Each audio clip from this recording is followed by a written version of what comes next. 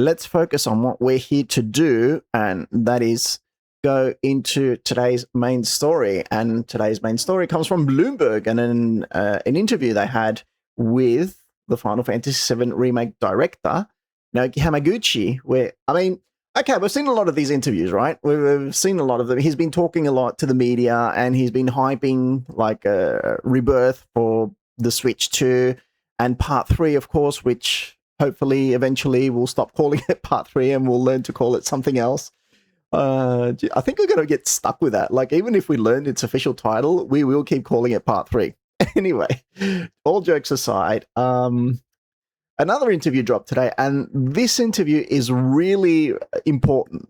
It's really important because especially if you're a fan of the original, he dropped some really important hints. It's a short interview, but it's really significant because it goes straight to the point. Naoki Hamaguchi goes straight to the point. And the funny thing is, he reposted it on his own social media, just so he can signify its importance. So, yeah, we're going to go right into it and see what he says and why. Then we're going to talk about why it's so important. All right. So, first of all, interview with Jason Schreier. I don't really like to give Jason Schreier a lot of credit, but in this interview, he has done some excellent work. He knew what he was looking for, and he went straight for it. So yeah, okay.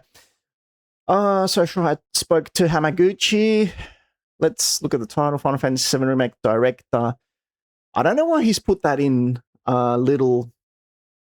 What do you call those things? Because that is who Hamaguchi is. So why are you putting, Mr. Schreier, why are you putting that into little quotation marks? I don't understand. That is his title, Final Fantasy VII Remake Director.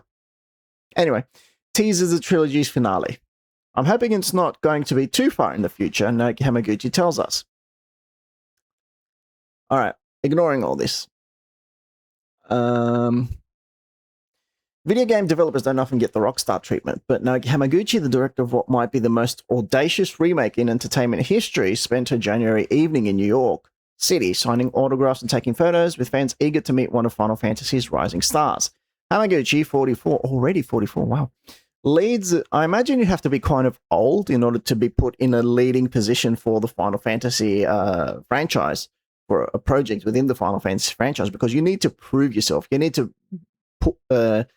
be able to, you need to show the company that you can, how can I say this? You can handle the responsibility of such a important project, because it is an important project. It's a huge project, not just within the gaming, but as the article says, in the entertainment industry. Okay. Hamaguchi 44 leads the Square Enix Holdings co-development team, remaking the beloved PlayStation classic Final Fantasy VII, which came out in 1997. The remake, first announced in 2015, was so ambitious that it has required 3 entire games to tell its whole story. The first game, Final Fantasy VII Remake, came out in 2020 to solid reviews. The second, Final Fantasy VII Rebirth, was a 2024 Game of the Year contender that turned Hamaguchi from an under-the-radar programmer into a video game celebrity. I won't put celebrity, like, yeah, okay, a lot of people know who he is, but if you're not really into video games, I don't think you would know that name. I don't think you would know, like, if you go up to a random person in the street and you say, hey, do you know Naoki Hamaguchi? They'd be like, excuse me? So, yeah. Even within the video game franchise, like if you speak to someone who plays Call of Duty or someone who focuses on The Sims or someone who plays entirely different games and they're not focused on RPGs, I don't think they would know who Naoki Hamaguchi is. I'm not trying to talk him down. I'm just saying that the whole celebrity persona, Anyway, that's beside the point. In late January, fans lined up to meet him at the Nintendo World Store in Rockefeller Center for a celebration of the Switch 2 port of Final Fantasy VII Remake. They were also undoubtedly craving more information about the third installment of the trilogy. Yeah, you think? Normally, there wouldn't be much mystery behind a video game remake, but Hamaguchi and his team have expanded and reshaped key aspects of the original game story. By the end of Final Fantasy VII Rebirth, there were even multiple timelines involved. A lot of people are freaking out about this because recently in Ever Crisis, it was I don't know if it was confirmed, but there were some characters said some things like Aerith and Zack and some other characters who I don't even know about. Like, I've been following this franchise since 1997 and I don't recognize those characters because they were strictly on mobile games and I don't play mobile games. But anyway, I think they were, they essentially confirmed, well, not confirmed, but they said things that pointed out that there are no different timelines. It's just one timeline and it's not, like the remake project is not a sequel or a prequel or anything like that. It's just a remake of the original game, and there are no multiple timelines. It's just one timeline that's branching out through multiple possibilities through the live stream. Anyway, but that's ambiguous. That is a very ambiguous statement, and it could very easily be confused if you're someone who plays Rebirth casually, and if you're not someone who's laser focused on the games and like playing literally every single bit of content or follows it religiously. Like, if you're not someone who plays the novels, if you're not someone who plays the mobile games, if you're not someone who plays the novels, reads the novels, sorry. If you're not someone who reads the novels, if you're not someone who plays the mobile games, if you're not someone who follows through with every single piece of content that has to do with the game from Japan and speaks Japanese, I don't know, in order to be able to translate it, it can be very easily misunderstood that, yes, there are different timelines within the remake trilogy. Anyway, moving on. I just wanted to sort of clarify this statement because, yes, for people who play Ever Crisis, it might be clear, but for other people who are more casual to this game, because there are a lot of quirky statements going on online and saying, oh, yeah, tell me you haven't played Final Fantasy VII without telling me. It's like, people, it's very easy to make these misunderstandings. Moving on. Leaving big questions about what might arrive in the third and final act. In many ways, well, the Final Fantasy VII Remake trilogy is less of a remake and more like a set of 3 new games that were heavily inspired by the original. I would argue that. Like, there are new scenes and it expands upon the original, but I would say that they're not new games. They follow the original. They faithfully follow the original, expanding upon the events expanding upon the events from the original by using some other, characters or info from the compilation. The day after the Nintendo event, I met with Hamaguchi for a lengthy interview about his career, more on that much later, and some teasers for what's coming next. Well, see, that was smart of him, dropping the important info straight away. Square Enix has not yet given Part 3 a title or said when it will be out. We're waiting. I'm hoping it's not going to be too far in the future, Hamaguchi told me, but it is expected to be revealed this year. Summer Games Fest, anyone? Hamaguchi hinted that the third game will bring in new gameplay elements that weren't in the first 2. We didn't want the 3 installments to be a reskinning of the same game over and over again, he said, speaking through an interpreter. We want to make sure we're expanding with every installment in terms of scale, as well as retaining that freshness as you go into each installment. I love that. I love this statement. And you could feel it between Remake and Rebirth. You could totally feel that. And also, this gives you a sort of guarantee that when you see Part 3, it's also going to be bigger and better from Part 2, from Rebirth, right? So it's like he's essentially confirming that, you know what, that sense of freshness, that sense of all that new stuff that you saw between Remake and Rebirth, that's going to happen. That's also going to happen between Rebirth and Part 3. We're also going to revamp the battle system, the materia system, the weapon system. Everything that you saw in Rebirth is going to be revamped in Part 3. And not just the battle system either. He says, we want to make sure we're expanding with every installment in terms of scale, as well as retaining that freshness as you go into each installment. So, like, it's not just going to be the the battle system. It's going to be the story. It's going to be the, I don't know, maybe the mini games. Although I don't think they would add more mini games after the complaints they had from Rebirth. I wouldn't mind more minigames. I would love a lot more minigames, but, you know, a lot of people complain that, oh, there were too many and they were distracting. I don't understand why they would be distracting. The only thing is because, you know, in order to get the platinum trophy, you had to complete the minigames. And I kind of get that. But anyway, I would argue, put in a lot more minigames, but don't make them obligatory to obtain the platinum trophy. You know, and everyone wins. So you have the minigames in there and people can play them if they want, but you don't make them sort of mandatory for people to obtain the platinum trophy and everyone wins, you know? People can just have fun with the minigames. So like, yeah, put snowboarding in there, put, I don't know, chocobo breeding, chocobo farming, chocobo whatever, mog house, stuff it all in there, but don't force people to do that if they don't want to. And especially not the elitists who are ruining the industry. Anyway, he added that his team already has the foundation of the gameplay in place and is fine-tuning and polishing the game in preparation for release. Back in 2023, Hamaguchi told me that one of the secrets to Rebirth's success was staff retention, which was also the case for his third entry. I think the number is closer to 95% of the Rebirth staff that stayed on for the third project, he said. That's also important because, you know, it's the same team. Essentially, they keep working. Like, I think between Rebirth and Part 3, they must have gotten like a month off or maybe a couple of months just to celebrate the release. And then they got down to business and they knew what they were doing. They knew what they were building. They know what they're building, right? For Part 3, they know what they're doing.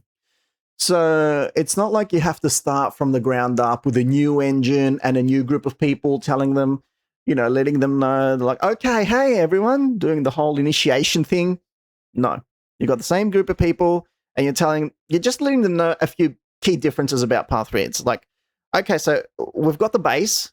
Now I just need you to add a few things here and there just so we can improve it a bit. And that's it. We're done. Just keep working just keep pushing till the finish line. We're almost there. We can see it. And then once they get to that finish line, people can just pat themselves on the back that, like, yes, it's been a hard 10 years, but also, you know, look at what we've made, and people are going to love it. And honestly, another thing that I think is going to happen, first of all, if they put it on all platforms, yes, it's going to skyrocket sales. But also, I think there's a whole bunch of people out there who have been holding off on this project until it gets released, until all 3 games get released. And those people are going to come out, and once they hear the great things about this game, and especially about the third part, they're going to go out and they're going to buy the package deal of all 3 games into one, and they are going to love it.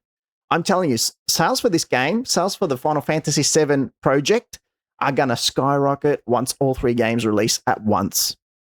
The package deal, you know, just a package. Final Fantasy VII, that's literally all you have to do. Name it Final Fantasy VII, put in all 3 games, and you're done. And just let people go to the store and buy it. It'll be like 1997 all over again, you know?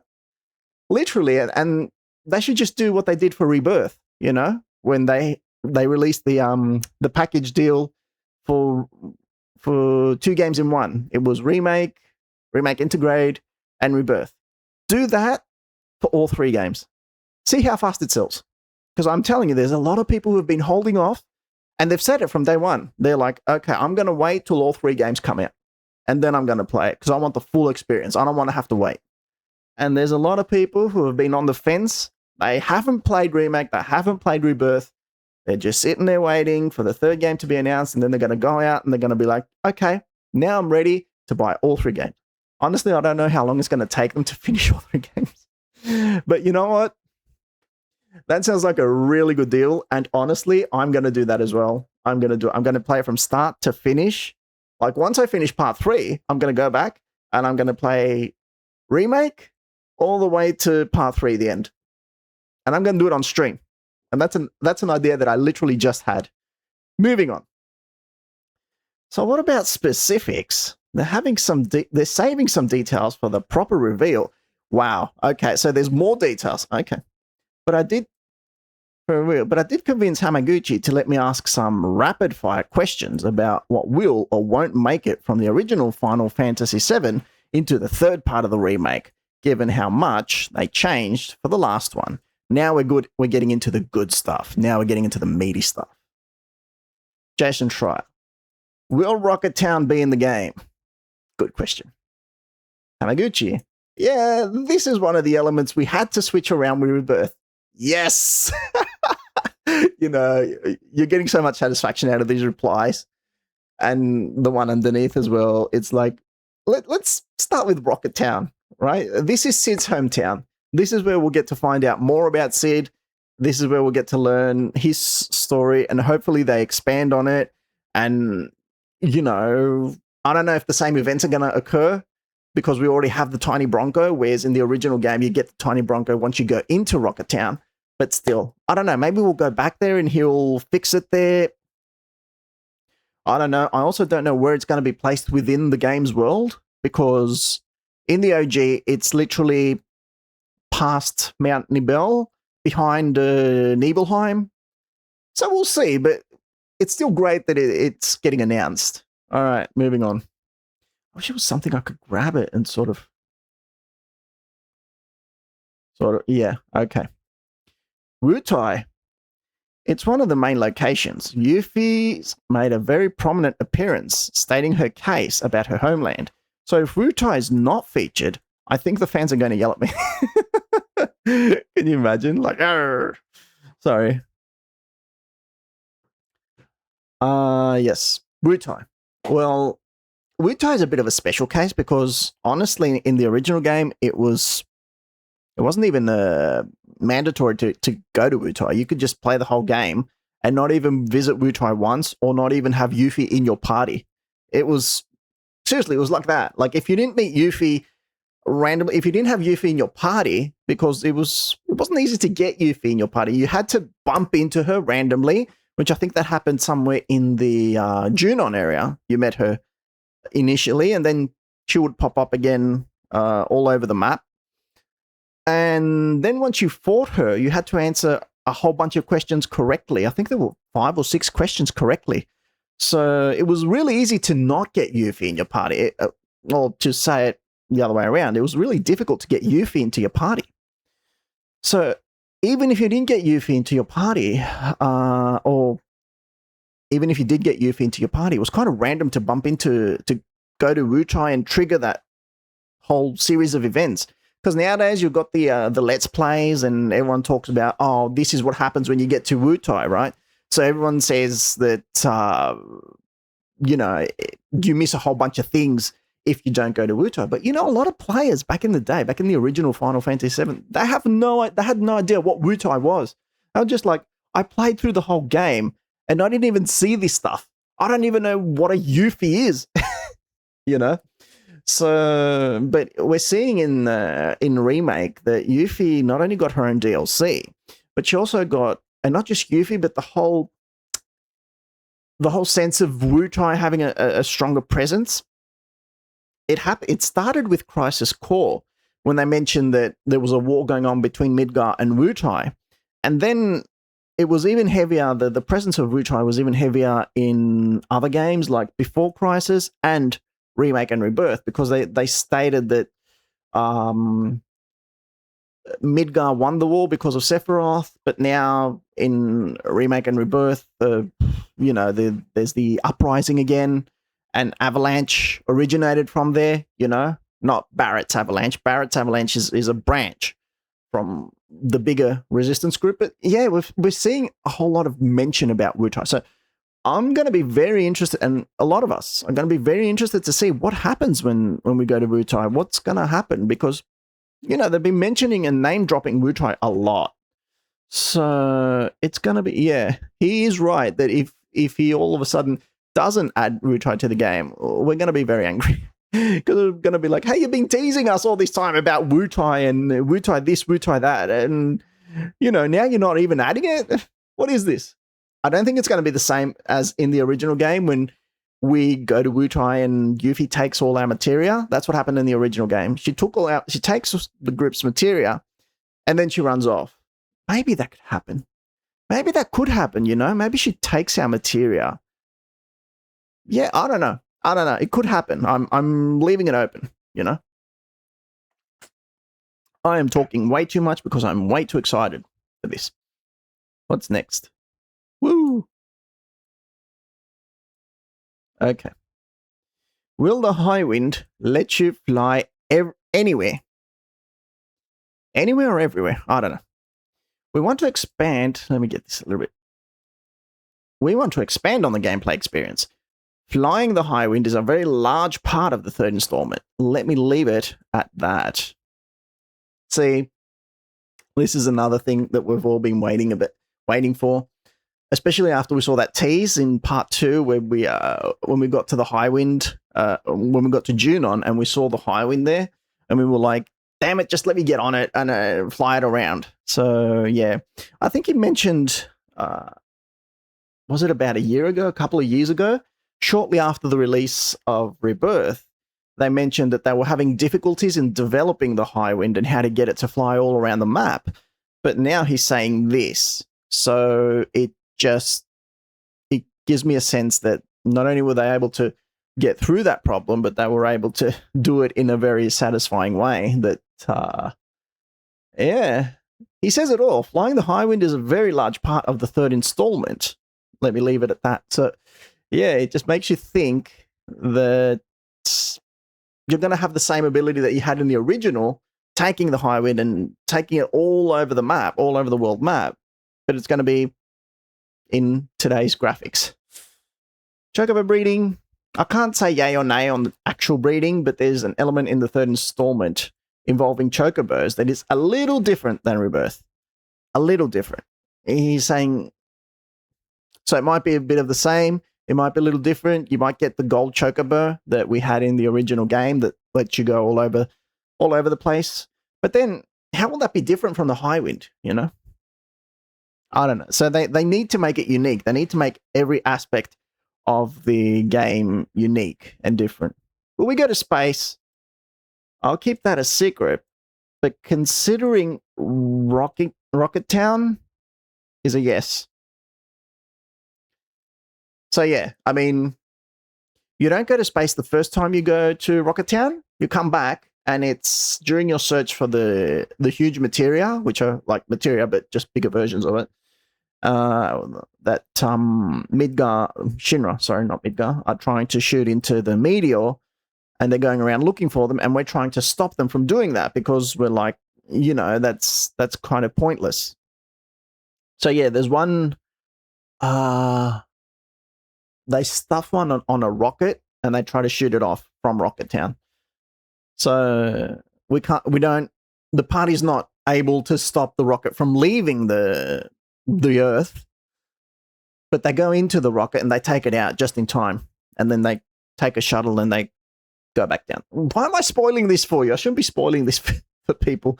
But anyway, yes, you do go to space, and I'm glad that he confirms that, because I was actually kind of stressed for this one. I was like, they're not going to be able to fit that scene into the game. Like, but it does seem and here's another one. Will we go underwater? It's an interesting question because Motomu Toriyama, the guy that was responsible for Final Fantasy XIII, handled the submarine portion of the game. So perhaps he has injected himself into there, and I will leave it at that. Well, leaving it at that is more than enough of an answer. So it seems like they're doing everything, right? It seems like every part of the game that we were concerned about, or that we were thinking might not make it into the third part of the game, or we were thinking that, you know what, it's too much for them, they won't be able to add it in. It seems like everything will be added in. Will the Great Glacier area be as big as it is in the original game? So we're not just talking about will it be added in, we're going beyond that. We're saying, how big will it be? Because it is a major element in the game, I won't go deep into details, but considering that toward the end of Rebirth, we're in the Forgotten City, and in the original you would go into Icicle Inn from there, I guess that hints at how the third installment will begin. I hope the players will look forward to it. And that's literally where he ends. But that's literally a mic drop. That is a mic drop.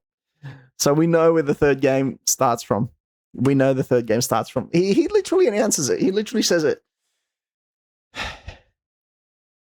Considering that towards the end of Rebirth, we're in the Forgotten City, and in the original you would go into Icicle Inn from there, I guess that hints at how the third installment will begin. So we know that part 3 will start from Icicle Inn, or Mount Gaia, which is essentially just beyond that. So get ready to snowboard as soon as you start the game. But yeah, I reckon that the start of part 3 will be like really snowy, really sort of. I'm thinking of it now. I'm trying to picture it in my mind right now, and I'm thinking like sort of a snowy opening. Nothing like the previous 2. Like they're going to change it around. Like in the previous 2, you had Midgar, you had the whole Mako thing. In this one, it might be different. And what I'm thinking of, hang on, let me show you a good example. I'm thinking. Oh, other people are talking about Final Fantasy VII as well. Final Fantasy XIV Heavensward. This is what I'm thinking. This is literally how it's going to start. Yes, we know.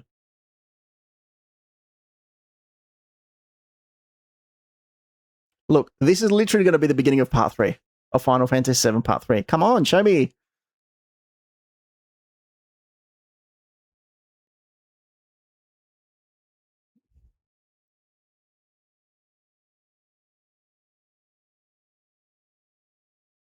This is it. Minus the music. Forget the music. This is it. This is literally Final Fantasy VII Remake Part 3. But instead of a random guy, like, just imagine, it's not this guy with the axe, it's Cloud and Barrett and everyone else. And they're heading towards the Icicle Inn. Heads down, all disappointed because of what. Just imagine he's blonde and blue-eyed. But it's literally the same opening, right? And they've made it to Icicle Inn. You can picture it, can't you? It's literally the same thing. And they make it to a random town. Okay, well, now we're going into. But you can see it, right?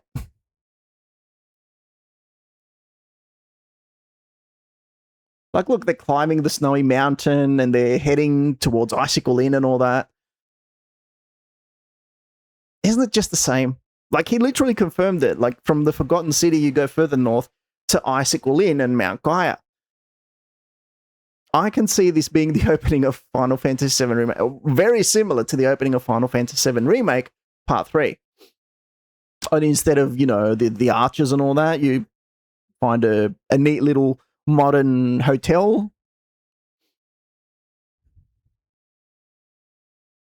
Anyway, yeah, those are my ideas. But yeah, it's kind of awesome that we're getting all of this.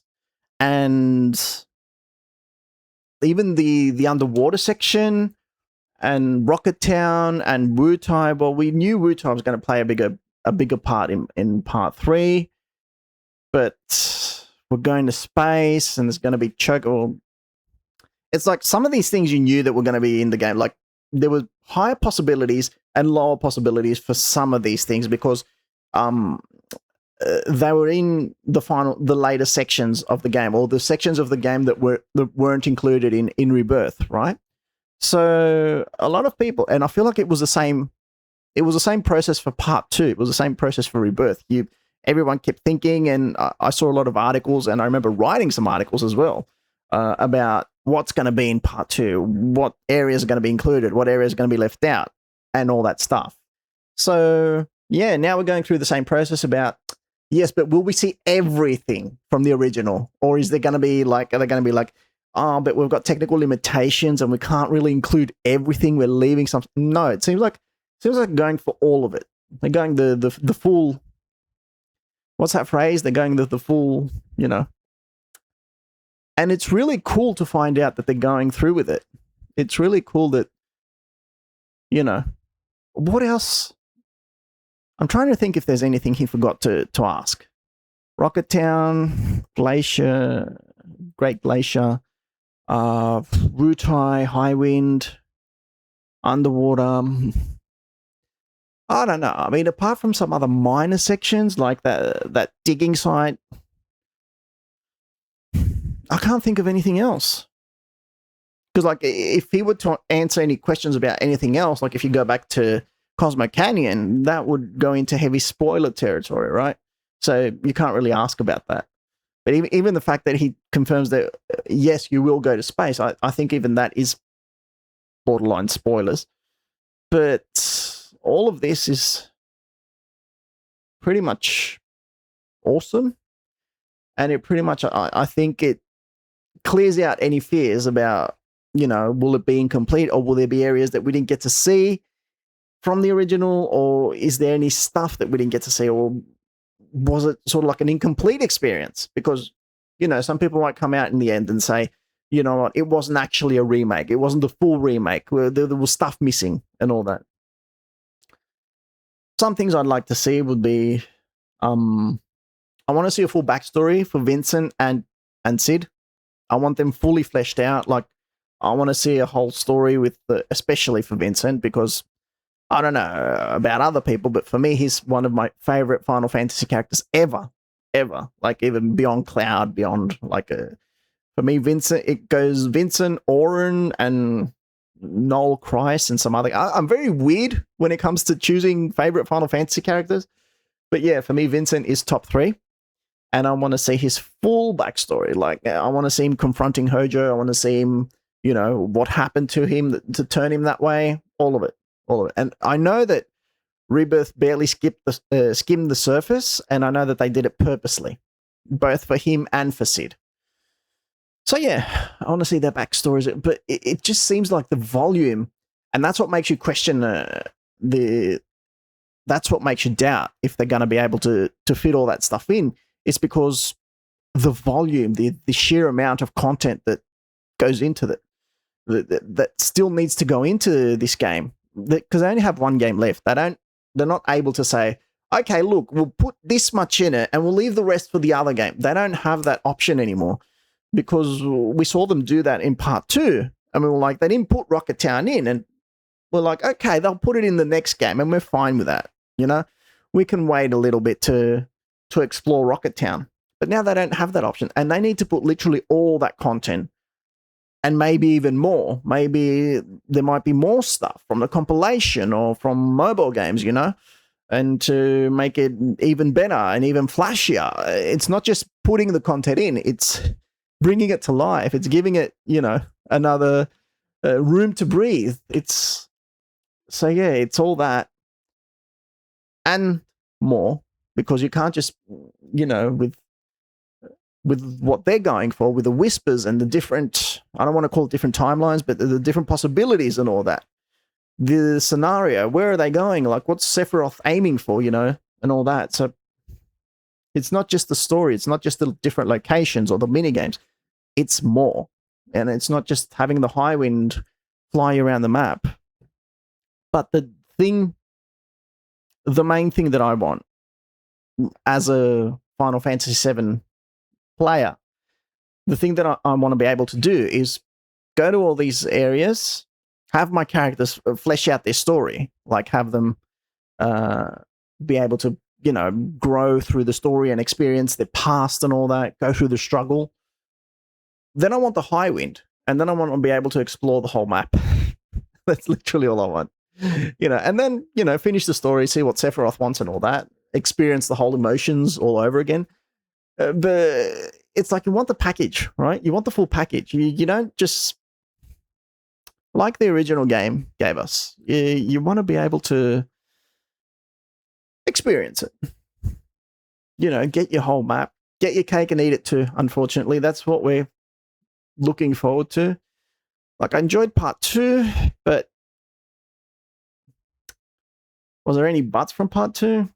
No, I don't think there were. Like, I really enjoyed the fact that they brought all those areas to life.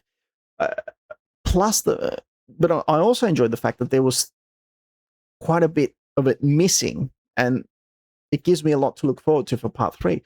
The only thing I'm worried about in part 3, but interviews like this help me be less worried,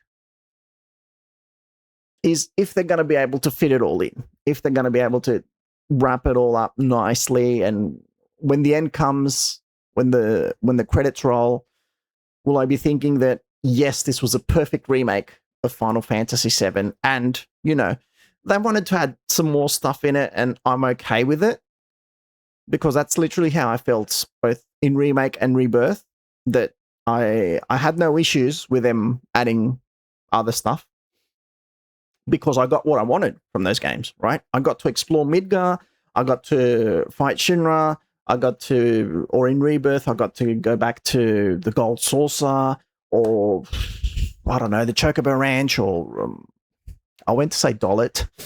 I don't know, what other areas are there? Nibelheim. I got to explore all those areas, right? So it was like the story changing a little bit.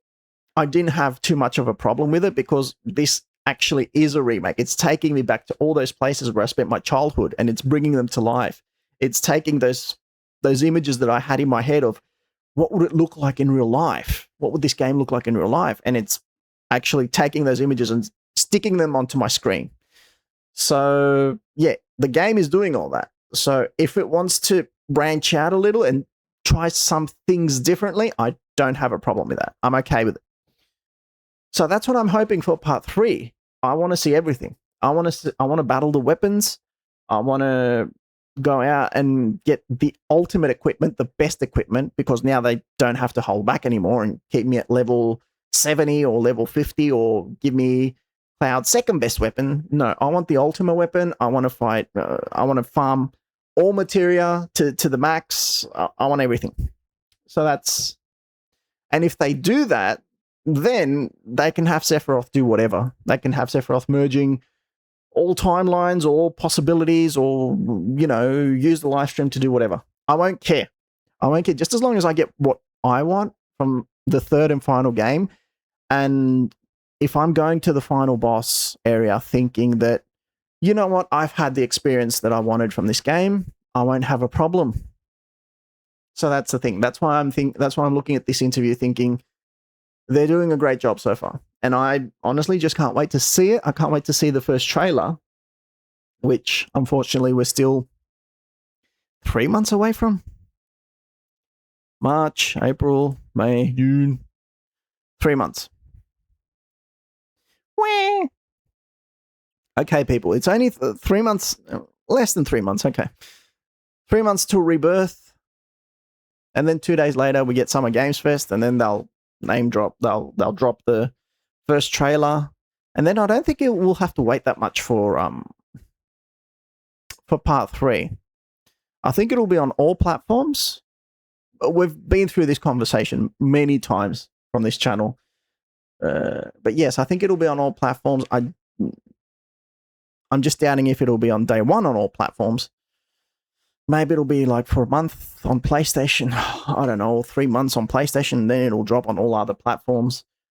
And then, you know, but I'm just thinking that we won't have to wait long, like just a few months. Till the end of January, you know? It's already March. But anyway, yeah, this interview was great. I really love what he's saying about it. And keep in mind, this was in January. He said this in January. It's already March, so they've had an extra month to polish the game. I still reckon that they're in the polishing stages, and the only reason, and I've said this again, I've said this before, the only reason why they're not revealing the game is because Rebirth is in the way. They don't want to get in the way of the Rebirth marketing, and Square Enix does this. If they've got one big game coming out, they don't want it getting in the way of the other game. The Final Fantasy 16 and 7 Rebirth situation was a bit unique because they had them both coming out in the pipeline and different teams were working on them. So it just sort of happened that way. That like, oh, look, you're getting Final Fantasy 16 and then like less than 8 months later, you're getting 7 Rebirth. But it doesn't work that way for this franchise or this company, to be honest. You get one game, that comes out the pipeline, and then you move on to the next thing. So yeah, I reckon they're going to take their time and do the marketing for Rebirth on Switch 2 and Xbox. And then the next big piece of information comes out.